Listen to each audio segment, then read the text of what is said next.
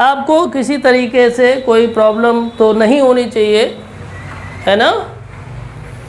तो स्टूडेंट्स अब चलते हैं हम लोग एक बहुत ही अच्छे क्वेश्चन पर। उसका फिगर आपके एनसीईआरटी बुक में दिया हुआ है। क्वेश्चन नंबर आपका है 5 और इसको देखें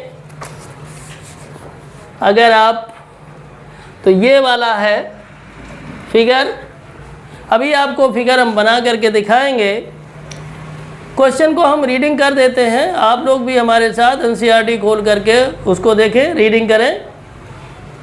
इन a classroom 4 friends are seated at the points A, B, C and D as shown in figure 7.8.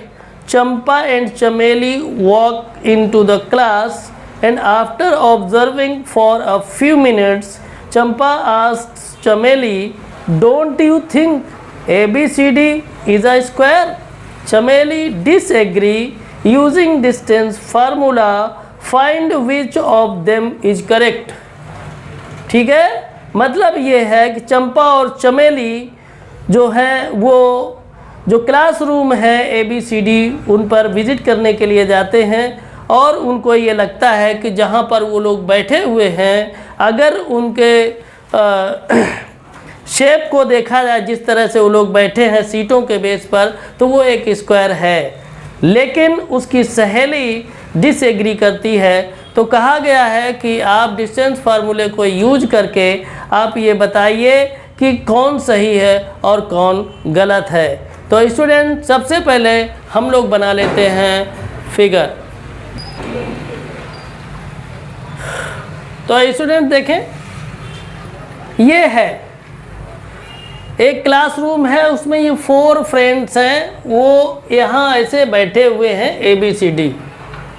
ठीक है, तो स्टूडेंट्स हम लोग क्या करते हैं, सबसे पहले इनके कोऑर्डिनेट फाइंड कर लेते हैं। तो कोऑर्डिनेट फाइंड करने के लिए क्या करेंगे, आपका जो एक्स एक्सिस पर, यानी ये आपका एब्सिसा है और ये ऑर्डिनेट है। आपके कोऑर्डिनेट क्या होते हैं, एब्सिसा कॉमा ऑर्डिनेट।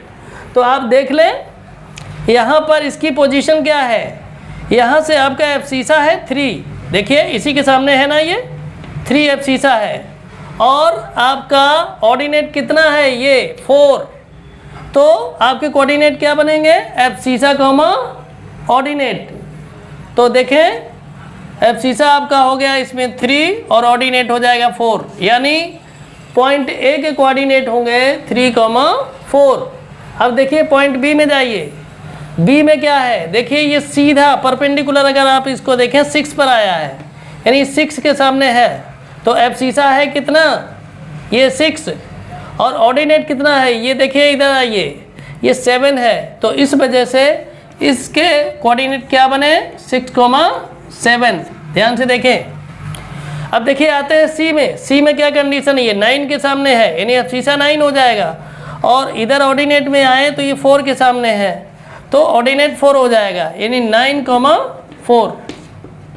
ये कॉमा है जी। अब देखें D में, D की कंडीशन क्या है, एब्सिसा इसमें है 6 और ऑर्डिनेट कितना है 1, यानी ये हो जाएगा 6,1। ठीक है, ये इनके हो गए जहाँ बैठे हुए हैं उसके कोऑर्डिनेट। अब इस हिसाब से कि ये स्क्वायर है या नहीं है, स्क्वायर की प्रॉपर्टी के बेस पर ही क्लियर होगा। क्लियर, स्क्वायर की प्रॉपर्टी के बेस पर ही क्लियर होगा। तो अब जब इसको स्क्वायर की प्रॉपर्टी अगर देखें तो स्क्वायर की प्रॉपर्टी ये होती है कि उसकी ऑल साइड्स इक्वल होती हैं और दोनों डायगोनल्स की लेंथ भी इक्वल होती है। तो स्टूडेंट्स हम लोग इन पॉइंट्स के बेस पर अब ये चीज़ सॉल्व करने की कोशिश करेंगे कि उसकी 4 साइड्स इक्वल आती हैं या नहीं, उसके दोनों डायगोनल्स इक्वल आते हैं या नहीं। अगर ऐसा हो जाता है तो स्क्वायर हो जाएगा, नहीं होता है तो नहीं होगा। तो स्टूडेंट देखते हैं फिर। तो स्टूडेंट्स अब इस क्वेश्चन को सॉल्व करते हैं, देखते हैं स्क्वायर होता है या नहीं। स्टूडेंट सॉल्व करने से पहले आप ये दिमाग में ज़रूर रख लें कि प्रॉपर्टी क्या है स्क्वायर की। मैं फिर बता दे रहा हूँ, स्क्वायर की ऑल साइड्स इक्वल होती हैं, ऑल साइड्स इक्वल होती हैं, नहीं ये सभी साइड्स एक दूसरे के इक्वल होंगी और इसके जो डायगोनल्स हैं ये भी एक दूसरे के इक्वल होंगे। आपको ये क्लियर समझना है। अगर हम इसको करें तो ऐसे भी कर सकते हैं, ए बी सी और डी, यानी आपका A B equal to B C equal to C A equal to A D, ये आना चाहिए तभी क्लियर होगा। और डायगोनल्स की बात करें तो डायगोनल्स आपके दो हैं, ए सी और बी डी, ये दोनों ही इक्वल होनी चाहिए, यानी इसकी डिस्टेंस भी इक्वल होनी चाहिए। इतनी चीज़ें हमें इसमें फाइंड करनी पड़ेंगी तभी क्लियर होगा। तो स्टूडेंट चलिए सबसे पहले हम लोग देखते हैं ए बी के लिए।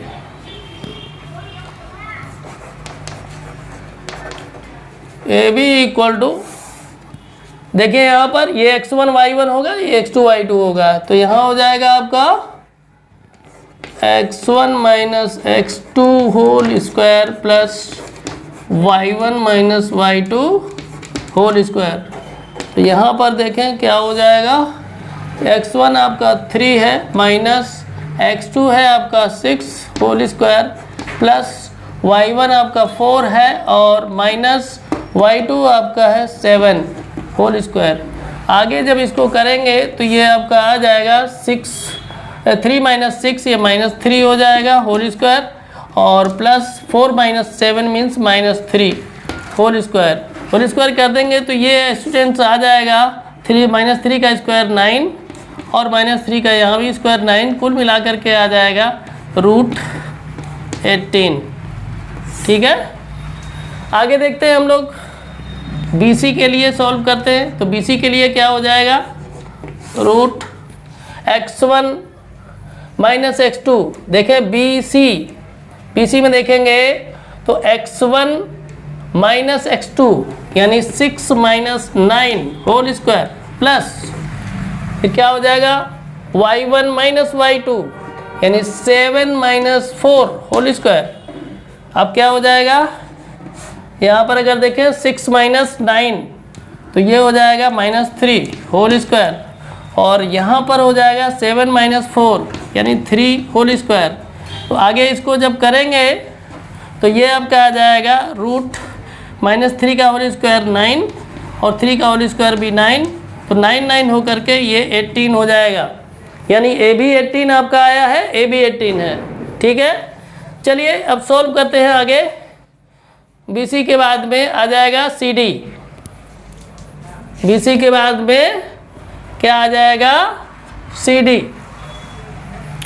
तो निकालते हैं CD को। CD इक्वल टू रूट,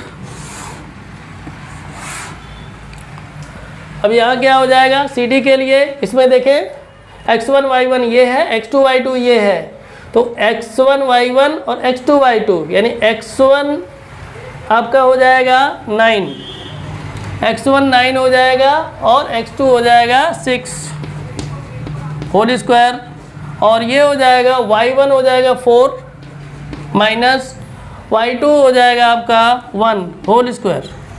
आगे जब इसको सॉल्व करेंगे तो ये हो जाएगा 9 माइनस 6 तो 3 का होल स्क्वायर प्लस 4 माइनस 1 तो 3 का होल स्क्वायर यहाँ आ जाएगा, यानी 3 का स्क्वायर होगा 9 और दूसरे इस 3 का स्क्वायर हो जाएगा 9, तो 9 9 18, यानी ए भी आपका इक्वल है, 18 ही आ रहा है। क्लियर स्टूडेंट्स, तो ये आपके 3 साइड्स तो इक्वल हो गई। अब हम लोग चलेंगे नेक्स्ट साइड यानी AD के लिए। A और D स्टूडेंट ध्यान रखें, 2 ही पॉइंट आप ले सकते हैं, A और D को देखेंगे।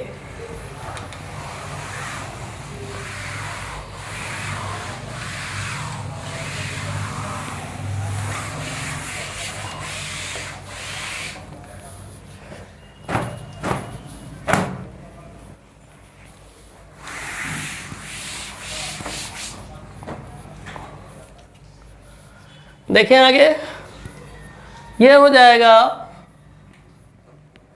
AD, तो ये root x1 minus x2 whole square plus y1 minus y2 whole square, value रख देते हैं तो ये हो जाएगा, देखिए x1 y1 ये हो जाएंगे और x2 y2 ये हो जाएंगे, तो x1 हो जाएगा 3 माइनस x2 हो जाएगा 6 होल स्क्वायर प्लस y1 आपका हो जाएगा 4 और y2 हो जाएगा 1 होल स्क्वायर।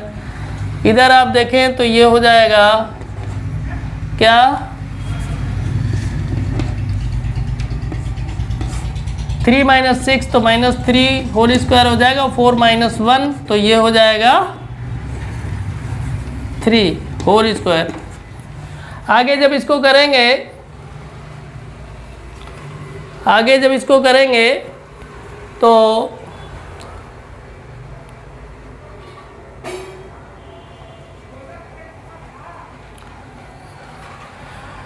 स्टूडेंट्स आगे जब इसको करेंगे तो ये हमारा आ जाएगा रूट 18, यानी AB इक्वल हो जाएगा।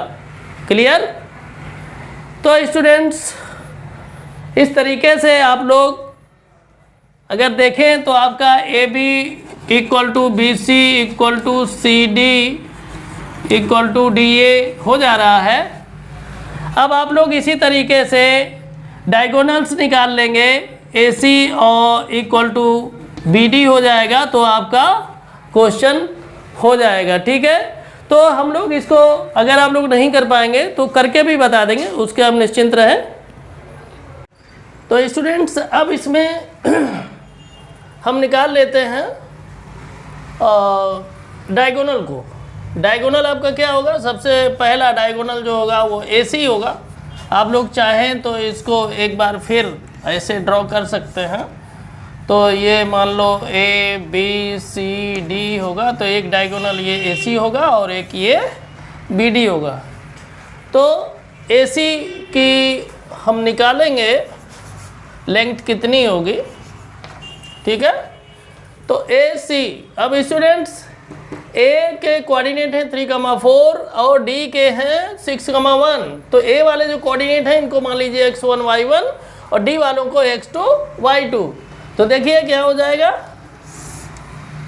x1 y1, तो BD देखें x1 हो जाएगा कितना 6 और x2 हो जाएगा 6, यानी 6 माइनस 6 होल स्क्वायर प्लस ये आपका हो जाएगा y1 यानी 7 माइनस और y2 हो जाएगा 1 स्क्वायर। तो ये हो जाएगा आपका 6 माइनस 6 कितना हो जाएगा, 6 माइनस 6 0। स्टूडेंट 6 में से 6 माइनस हो जाएगा तो 0 हो जाएगा।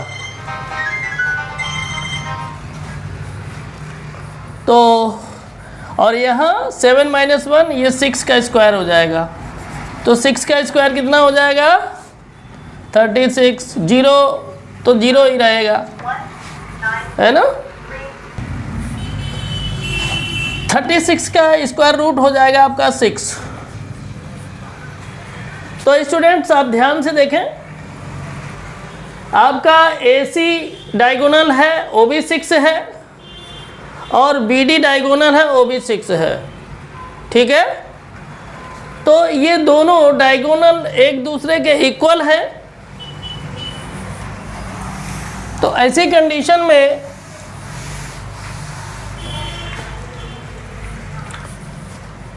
आपका डायगोनल